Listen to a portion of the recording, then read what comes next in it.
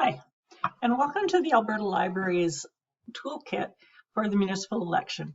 This is a pilot project for the Alberta Library, and it's part of our advocacy obligation to our members. What we're hoping with this toolkit, what our goal is to have the question of libraries raised during the municipal election in every municipality in Alberta. This requires, of course, people in every community to take part in this advocacy campaign. So the way that this toolkit is set up is, first of all, I'm just going to talk to you a little bit about advocacy in general. And then we have prepared some tools for you, some things that you can use in your communities, some things you can customize, which include things like social media messages that you can just download and use.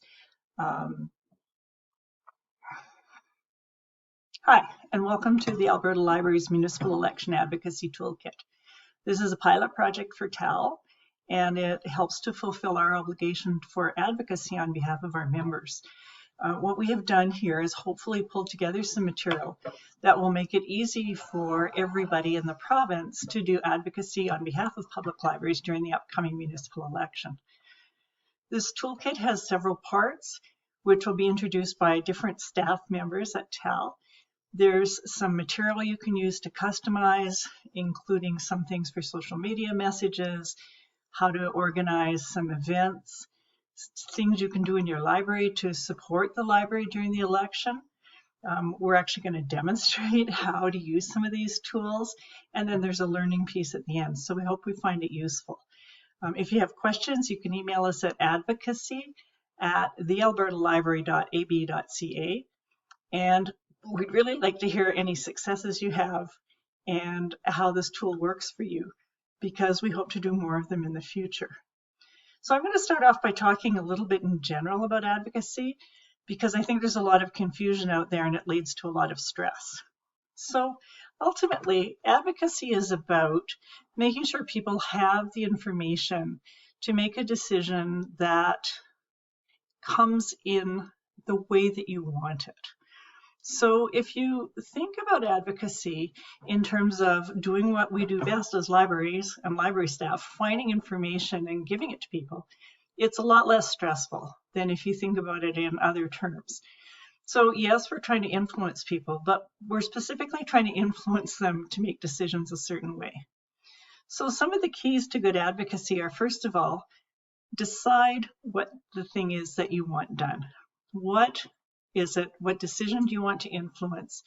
What information do you want people to have when they're making a decision? Second of all is, who actually is the target that you need to influence? So I'm going to talk about these things a little bit more. So starting back to the beginning of this campaign, our advocacy campaign from TAL, our goal is that we want libraries to be part of the discussion leading up to the October municipal election. The targets for this essentially are people who are candidates, people who are running for election, and the tools that we're giving you are things that you can use in your interactions with them. The thing to remember is that for municipal libraries, really the councillors who are getting elected have only two decisions. One is to fund the library, and one is to appoint people to the library board. So that you'll see as you work your way through this webinar are the two things we focused on. One of the ways that I find making advocacy less stressful is to just assume that people lack information. And then it becomes like a teaching thing, and we're looking for the teachable moment. So everybody has attention that will be drawn to things that matter to them. And so that's why we think it's a good time to talk to candidates, because they're going to come out talking to people, doing presentations about what they believe and what they intend to do in a way that will make them want to listen to you because they want your support. So you're going to focus on that. My other suggestion for advocacy is never ask questions, closed questions that can be answered as yes or no.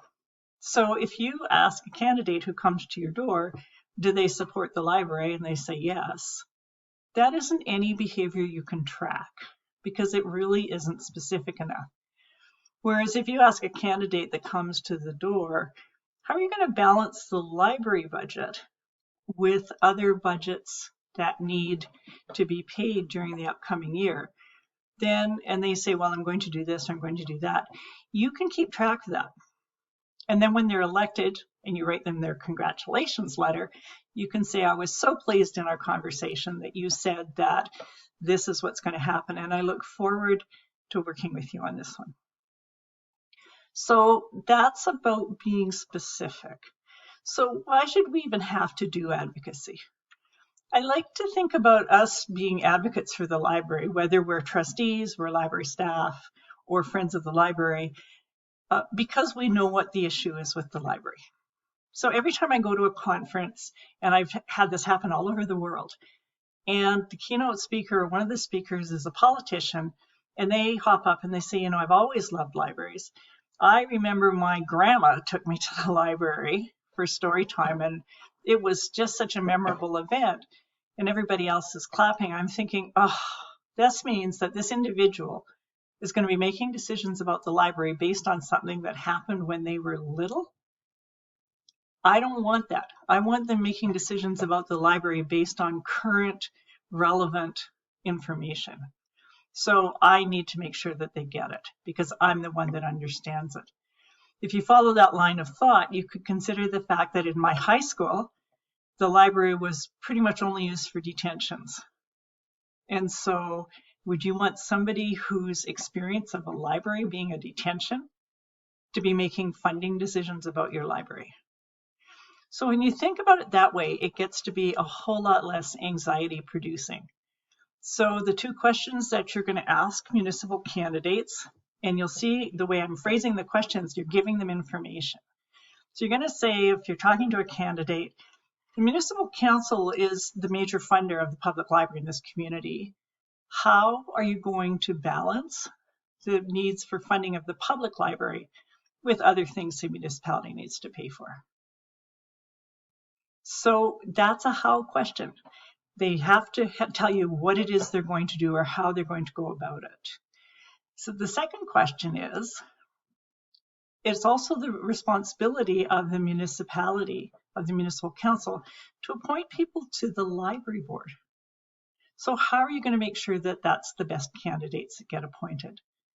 And this is not a trivial question. I worked for a municipality at one time. I worked in a library in a municipality where the municipal council, anybody who didn't get elected in a different election, school board, or they ran for council, they got appointed to the library board. So it became a collection of like a consolation prize. You didn't get to do what you wanted, but hey, here's the library board. That doesn't make for an ideal library board. So this is your chance to open that discussion with people who are going to be on your council about what makes for a good library board trustee. So who should do this? Given the nature of this particular campaign, we think everybody should do it. We think that library staff can do it because you're not asking about your budgets or anything personal. Library boards can do it because, again, what you're doing is you're simply asking, how are you planning to deal with this? If you have friends of the library, by all means, get them involved. You know, if you have library patrons, library users who say, how can we support the library? Get them involved. The idea is that conversations coming up to the election, the library will be mentioned in those conversations. So people ask me more difficult questions. They say, well, you know, the municipal budget is really short of money. So what should we say about that? Think about what you want. So if a budget increase isn't something you're likely to get, don't ask for that. What you really want is to be treated fairly in budget allocations. So if your municipality has a budget cut, you don't want the library to take the whole thing. You want the library to be considered fairly alongside other municipal obligations. So really think about what's your message when you embark on an advocacy campaign, and really think about what you're asking for, who you're asking, are they the right person? So in general, where advocacy campaigns go wrong is they're too big and they're too complicated. So rather than doing that, having a smaller, focused approach can be a lot more helpful. So you need to ask those questions, the right question, to the right person at the right time. So as I said, this is a good time to talk to municipal candidates because they want something from you. They want you to vote. In the same way, if you're doing some advocacy with your municipal council about the budget, you need to do it before they make the decision because you want them to make the right decision. While I have heard of situations where a group has forced their council to go back on a decision, this is often not a good strategy overall because councils don't like it. And you want them to be your friend at the end of this process. You really don't want them to just be irritated with you. So we've tried to make this package as simple to use as possible. Feel free to use parts of it, whatever parts work for you. If there's other things you would like us to include in this or future similar activities, let us know. Because as I said, this is a trial. We've tried to make it so that even a small library can do something with it. If you're the only person, there's still something here you can do. If you're running with very few people, it's better to do one thing well than to start a lot of things and not have any of them come to their conclusion. If, for example, as some people have told me, their council actually funds them well, that doesn't change anything. You still get to say to the candidate, did you know that this council has a history of funding the library well? How do you intend to continue that? And you may be surprised to discover that often people who are running for council don't know anything about the Libraries Act or anything about libraries. So try not to get upset about this, just treat it as an open door. If they don't know anything about libraries, that's great because you don't have to unteach them. You just get to tell them the things that you think they ought to know. So we look forward to hearing of your successes using this package, and we look forward to hearing from you what you might like in a future and similar package. Thanks, and I look forward to your success during the election.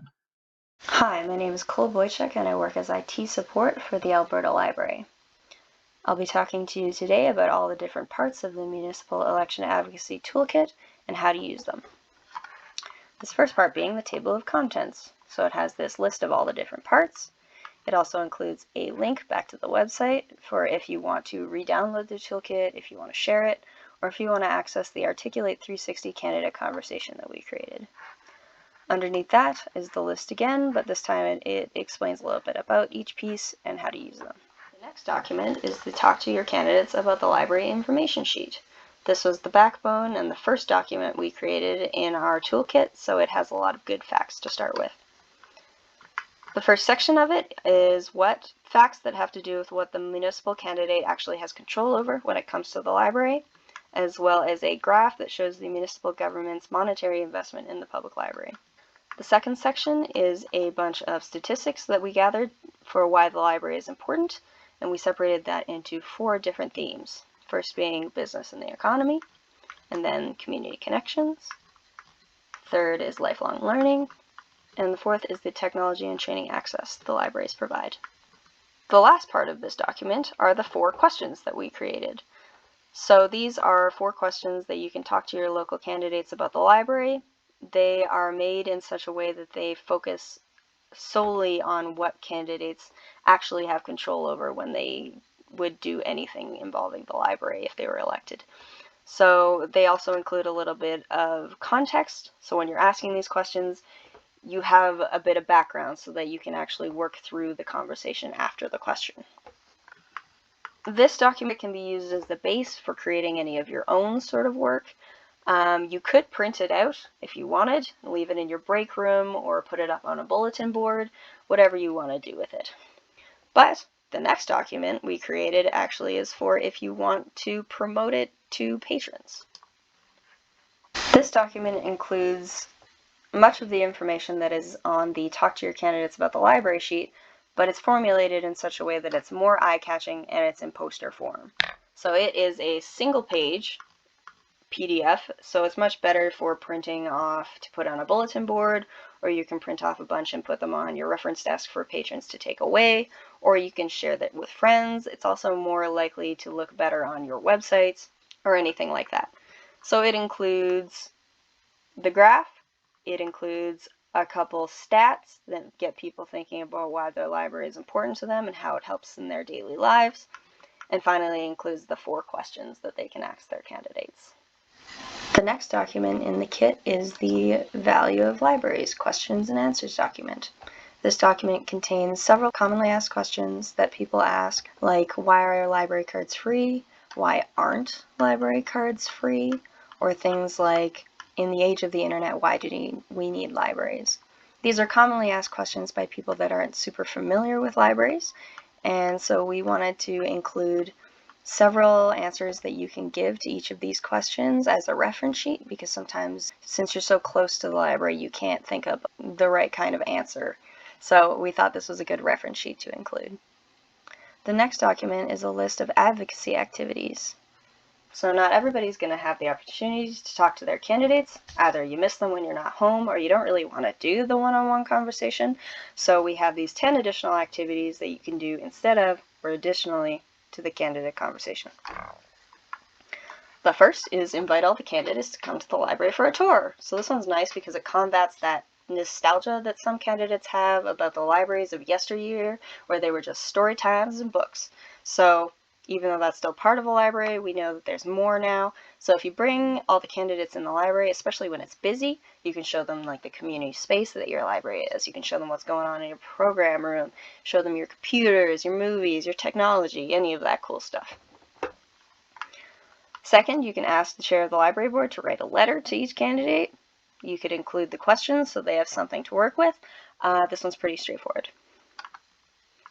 3, you can print and hand out any of the parts of this kit, really, whatever you want to do. So you could use that poster, give it to your patients, to your friends, put it on your website. You could even give that full talk to your candidates information sheet if you feel like someone actually really wants all of the information. There's going to be some social media posts that I'll talk about in a little bit. You can use those. 4, you can encourage children in the library to draw a picture of what they like about the library and why it's important to them. And or you can encourage seniors who use the library to complete a sentence like, the library is important to me because, on a card. You can take those things, you can put them up in your library. I also encourage you to either ask seniors to draw something or children to write something. Additionally, you can ask literally anybody that has something they want to say to put something out there that you can put up in your library. This creates kind of a sense of community in the library, gets people thinking about what they love about the library, and might encourage them to want to share stories with you that you can in turn share again.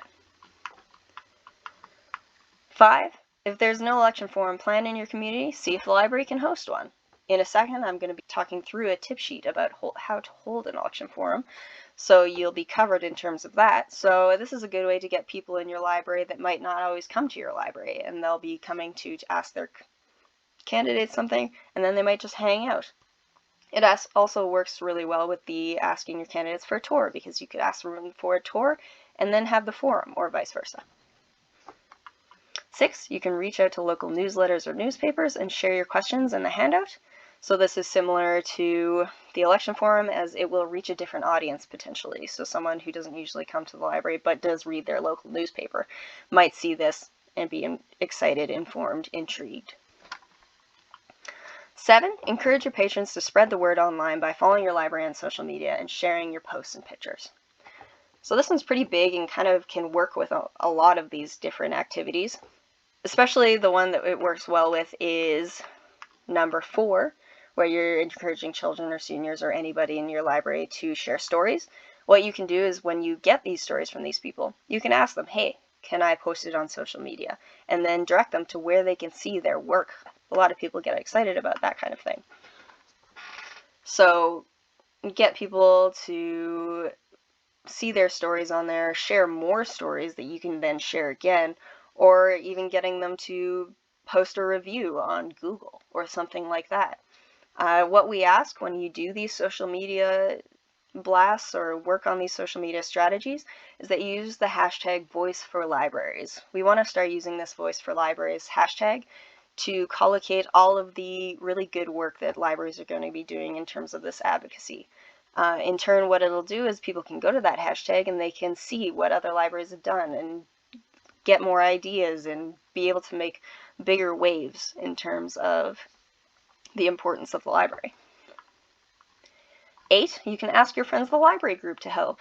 So generally they're doing fundraising, which is really useful to this kind of thing, but what they can also do is use connections they might have to use the handout and ask the questions to those connections, or get those connections to ask their connections questions.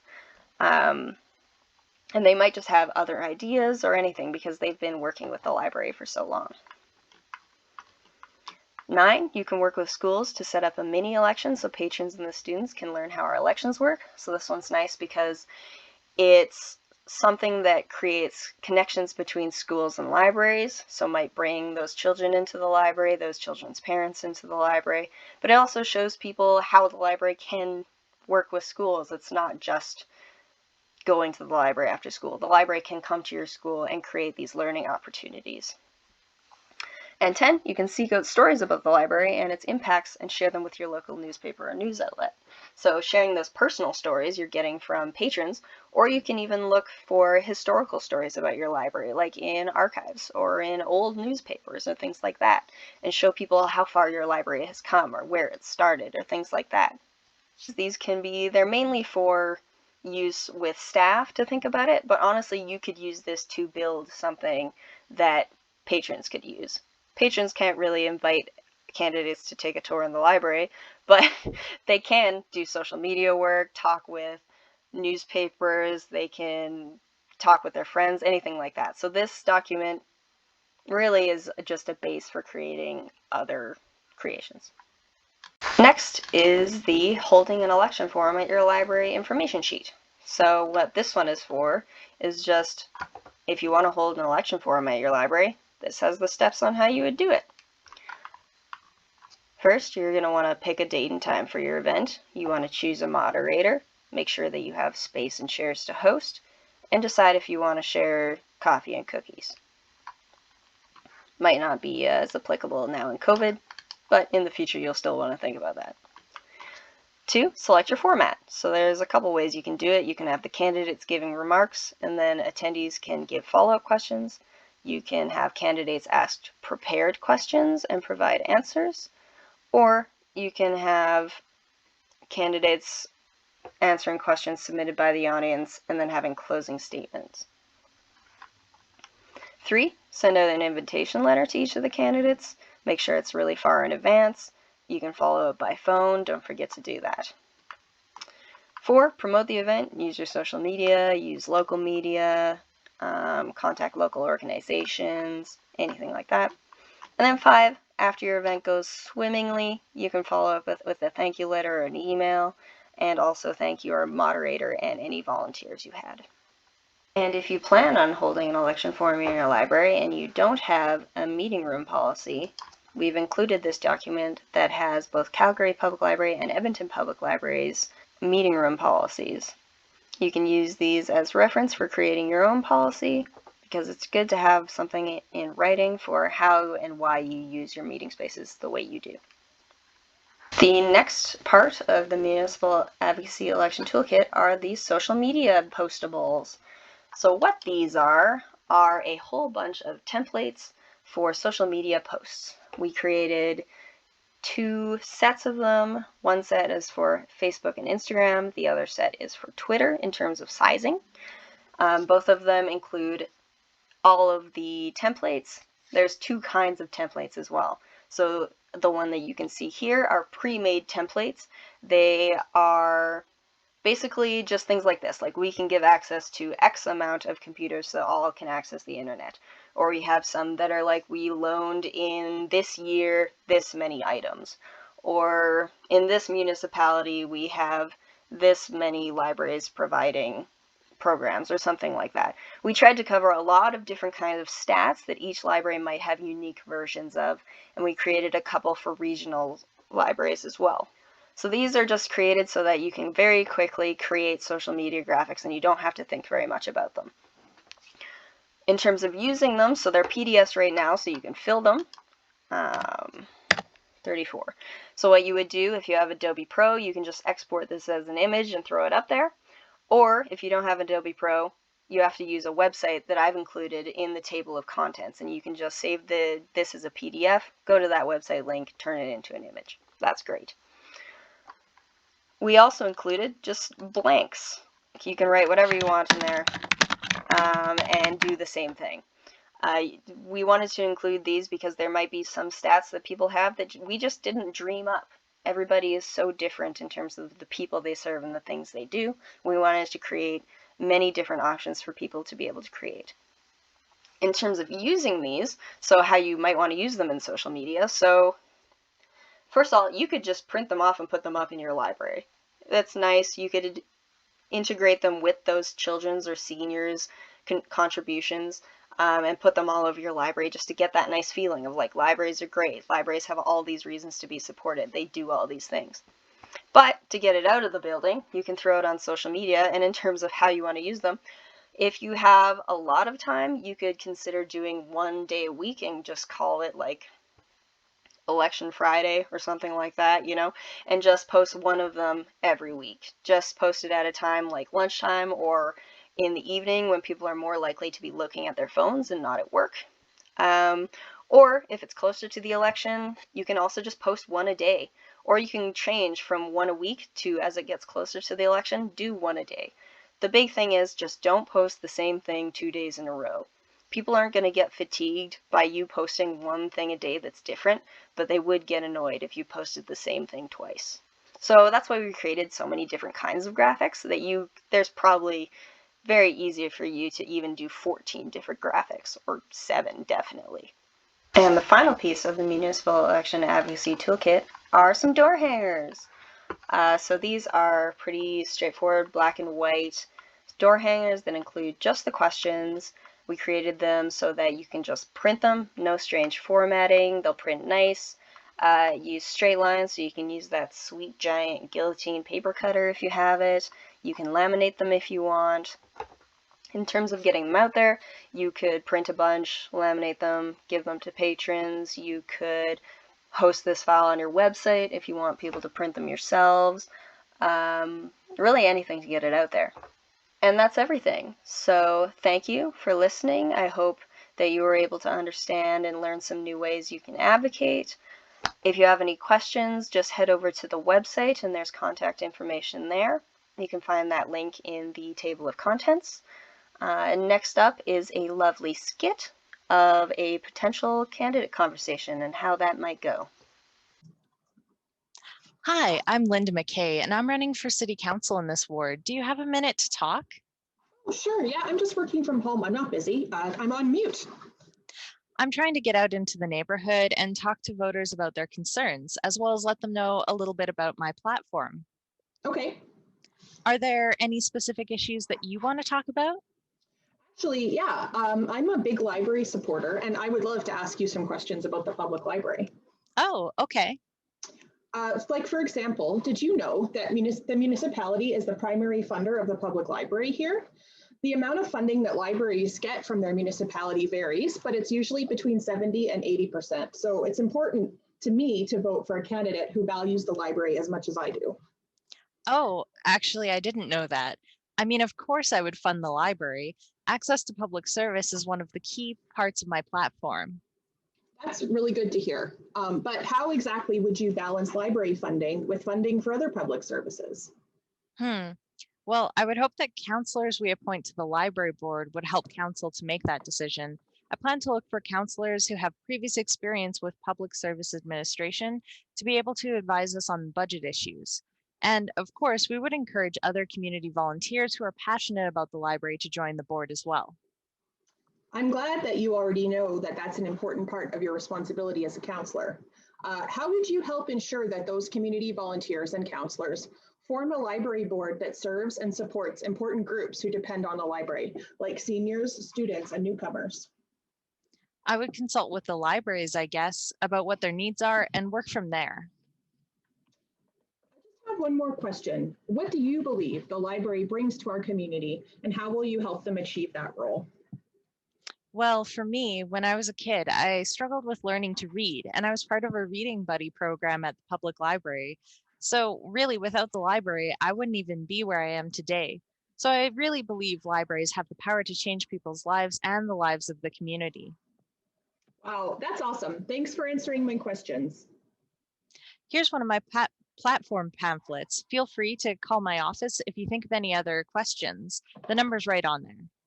Sure, I will. Thanks. Have a good day. You too. If you found this sample conversation useful, please check out the albertalibrary.ca/advocacy for more conversations with candidates in an interactive format.